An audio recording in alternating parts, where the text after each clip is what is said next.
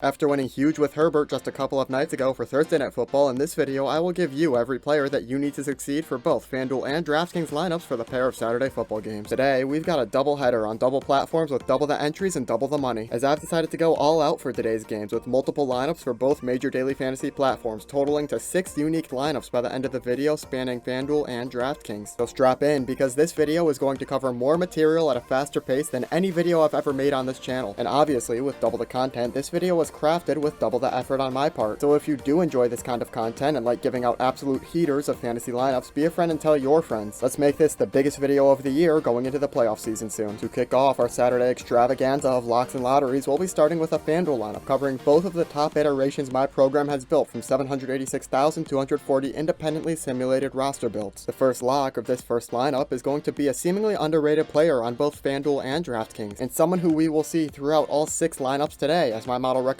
Melvin Gordon. For only $6,000 on FanDuel, you'll be getting a leading running back who costs over $2,000 less than the leading option of Aaron Jones. Over the past 4 games, Gordon has only fallen below 10 fantasy points once, and that one dip was during that one game against the Saints when Roger Goodell forced the Broncos to play without a quarterback, which is a position that some would consider pretty important in the sport of football, all things considered. In FanDuel's little summary box of the player, FanDuel says that the Bills seem to be a tough matchup for Gordon, allowing for less than 70 rush yards per game over the past 3 weeks. If you actually take the time to look at those past 3 weeks though, which I have taken the liberty of doing so, these past 3 games were against teams with an almost non-existent rush game, including a Steelers team who's been struggling on the ground all season long, a 49ers team who was trying to figure out how to reincorporate Raheem Mostert in his return game from months on injured reserve, and a Chargers team without Austin Eckler. Looking past these 3 games, the Bills' season-long rush defense becomes far less impressive, ranking 20th in rushing yards allowed per game, and Gordon's matchup becomes much more appealing, especially factoring in his recent performances as well as his relatively lower cost. The second lock for this lineup is yet another universal lock, meaning that this player is one that you'll find in all 6 lineups today, as my model chose the objectively best wide receiver in the league, Davante Adams. There really isn't much to be said here aside from the fact that whatever Adams' cost is, he's worth it. Even at $1,300 more than any other receiver on FanDuel, Adams is well worth his cost, and then some, as there is no other non-quarterback player in the league who can consistently put up such massive numbers week after week. Just looking at his season-long average of 22 fantasy points per game tells a story itself, but once you see his rankings in fantasy-relevant categories, Adams solidifies himself as an absolute lock, as Adams ranks first in the NFL in receiving yards per game, receiving touchdowns per game, receptions per game, and targets per game among wide receivers. Carolina's 23rd ranked defense in pass yards allowed per game is about to drop even further below 23 after today, as Adams will almost certainly move the needle on that average down to 24th or below with another 100 plus receiving yards. The third universal lock of this lineup, meaning you'll find him on both FanDuel lineups and all 4 DraftKings lineups, is Robert Tonyan, one of the most impressive and consistent red zone tight ends in the league. Tonyan ranks first in the NFL among tight ends in receiving touchdowns, and over the past 4 games has managed 1 in each. In addition to his 1 touchdown per game through this past month, Tonyan was also targeted 5 times in each game, only failing to secure one of those 20 total targets during that span, showing that Tonyan is a consistent and reliable tight end who has the best chance of finding a touchdown among these options. One player I'd consider a lock for FanDuel is Cole Beasley, one of my new favorite players who has won us a lot of money recently. With John Brown still sidelined for the Bills, Beasley remains the second wide receiver alongside Stephon Diggs, and Beasley has taken full advantage of this opportunity, recording 10 and 11 targets over the past 2 weeks without Brown in the game. We should be able to expect the same today, regardless of defense, as a couple of weeks ago against San Francisco's 8th ranked defense against wide receivers, Beasley managed 23.5 fantasy points and will hopefully find more success against Denver's 9th ranked defense against wide receivers. For the first lottery of this lineup, my model found Aaron Rodgers, who is a lottery simply because another great option of Josh Allen is also available for a lot less money. The reason Rodgers is worth it in this case is because Carolina's pass defense is far worse than Denver's, as Carolina allows the 23rd most passing yards per game as compared to Denver's aforementioned ranking of 9. Plus, Rodgers is the safer choice here, as he hasn't fallen below 22 fantasy points in over 8 weeks at this point, and Carolina doesn't seem like the team to break that streak. For the second running back, my model selected Aaron Jones, who's a lottery for a similar reason with his high cost, but against the Panthers, who rank 25th in allowed fantasy points to running backs this season, Jones should be able to continue to act as the ground and pound back for the pack, and potentially find the end zone once or twice, given Carolina's poor red zone defense. The third wide receiver my model picked is Tim Patrick, who has become Denver's top scorer recently, managing 3 touchdowns over the past 2 weeks. Patrick ranks 15th in the league in receiving touchdowns, both overall and per game, and in a half PPR FanDuel format where receptions aren't as important as in DraftKings and touchdowns become an essential source of points, Patrick is a great cheap option. To finish this first lineup, my model went with the Panthers defense, which wasn't chosen for points but rather budget, as for just $3,200 on FanDuel, we might only get a few points compared to the maybe even 10 from Packers or Bills, but we save more than $1,000 by taking the cheap option instead, which allows us to take Allen Lazard as our flex, a player who will likely be able to make up that deficit we have in our defense position due to his full return from injury, as Allen has been able to practice fully all week leading up to this game, something that he has not been able to do since week 3. And before his injury or limitations, Allen was averaging over 15 fantasy points per game, hopefully a sign of things to come. Okay, now hopefully you're still with me at this point, because we just made it through the first lineup, but since there are a few universal locks, the rest of these combinations should go by rather quickly, especially this second one, as there are only a few adjustments needed compared to the first combination. For the second lineup, instead of Rodgers, we'll take the cash and go with Josh Allen instead, as Allen is still a great choice, just more inconsistent than Rodgers. So I'd consider Allen a riskier pick, but still one who has the potential to score big tonight, especially given his mobility and ability to get into the end zone himself if he has to. With our remaining $1,100 in budget, now we're able to make the upgrade from Lazard to Robbie Anderson, who is a much safer bet considering his high caliber play throughout the season, ranking 10th overall in receiving yards among wide receivers. Plus, it's always nice to have some representation from every team, but do be careful of that Packers defense, ranking 12th in receiving yards allowed per game, which is something to consider when deciding between these first two options. With the FanDuel lineups out of the way, let's go ahead and shift our attention over to DraftKings, as I have already simulated 561,600 different combinations on this platform, combining for a grand total of 1,347,840 unique lineups created. So as you can imagine, at this point, both my computer and brain are completely burned out. So I would appreciate it if you would consider subscribing and sticking around for more of these lineups, including another FanDuel video tomorrow morning for Sunday Night Football. You can see here where I've already slotted in those 3 universal locks I mentioned earlier, who are all well worth their costs on both FanDuel and DraftKings, and are the best picks this week in my, and more importantly, my model's opinions. For this first lineup, we'll once again be taking Rodgers at the helm, as there is a similar situation here on DraftKings as there is on FanDuel, given that Rodgers is the safer, more consistent option, but Allen is cheaper. However, on DraftKings, the money saved between quarterbacks isn't as significant as FanDuel, making Rodgers an even more appealing option on this platform. Our second running back will once again be Aaron Jones, who is quite expensive, but is still facing a relatively weak opponent against running backs. For this first DraftKings lineup, we'll be taking Cole Beasley for the same reasons we took him in both FanDuel lineups, as he is still Buffalo's number 2 wide receiver and will likely have plenty of opportunity as Denver tries to double team his teammate of Stephon Diggs. For the final similarity to the last couple of lineups, my model picked Tim Patrick, someone who will likely be able to take advantage of Buffalo's relatively weaker secondary. Patrick's not as good of a pick here as he is on FanDuel, as again, he is more of a touchdown dependent player who typically doesn't get as many receptions, but he is cheap enough for your consideration here. For the defense, my model chose the Bills, as opposed to the FanDuel defenses where the Panthers were over $1,000 cheaper than the Bills are only a few hundred more on DraftKings, which is a small enough difference to take the extra points the Bills will probably score compared to the cheaper options. Plus, we're still able to afford a good flex player at this point, as we'll be going with a double tight end roster including Noah Fant, a Broncos player who does benefit from DraftKings PPR format, averaging over 5 targets per game over the past 4 weeks and going up against a Buffalo defense that ranks 26th in allowed fantasy points to tight ends. This first combination once again doesn't feature any Carolina representation, but that is for somewhat of a good reason considering that Green Bay is favored by a massive 8 points going into today's games. If you do want to see at least someone from the Panthers though, the second option here would be to switch out Jones, Beasley, and Fant for Mike Davis, DJ Moore, and Allen Lazard. Davis has one of the best running back matchups, facing a Packers defense ranking 28th in terms of allowed fantasy points to running backs, and is coming off a massive game against Denver, scoring over 26 fantasy points. Davis is dependent on the pass game though, and shutting down short-range passes is Green Bay's strongest defensive facet, which is the reason we haven't seen Davis until this point. With that money save, we're able to afford DJ Moore, a player who hasn't fallen below 10 fantasy points over the past 3 weeks, but one who does face the top contenders in the NFC of the Packers. We're also able to get Allen Lazard, who I discussed in greater depth earlier, but is someone who should see more attention today, as he will be able to play without limitation. If you're sad to see Beasley go in this lineup, there is a very similar combination you could use by switching out Patrick and Moore for Beasley and Curtis Samuel. So it really is up to you whether you want the top guy in Denver with a tough matchup or the second guy in Buffalo with a favorable matchup. For the final combination, we'll be once again seeing what happens when you make that switch to Josh Allen, as with that money save here, we're able to switch Davis back to Jones and keep Fant in the flex position. With the extra 100, you could upgrade Fant to Jerry Jeudy, a very risky pick given Judy's inconsistencies this season, but I'd rather play it safe with Fant, someone who will likely see a decent amount of targets and some solid opportunity to make some plays. Now, since we finally reached the end, at this point you might ask which of these lineups is my favorite, as I couldn't possibly bet on all of these lineups simultaneously, could I? Well, to me, you're asking me to pick between my children, as each of these lineups are just as lovely as the others, and I can tell you now that I will be putting heavy money on each and every one of these entries, rest assured to you all. So happy gambling, and I hope everyone is able to make all of the money today, winners across the board. If you liked this kind of video format and want to see more double features with FanDuel and DraftKings, let me know in the comments or by dropping a like, but most importantly, spread the word, and if I see that extra effort really did pay off, yourself in the view count or sub count, then I'll probably be making more of this longer form and more extensive content in the future. In any case, thank you so much for watching, and I hope to win you all some more money tomorrow. This has been Quick Picnic, the intersection for sports, data analysis, and speed. Thanks for watching.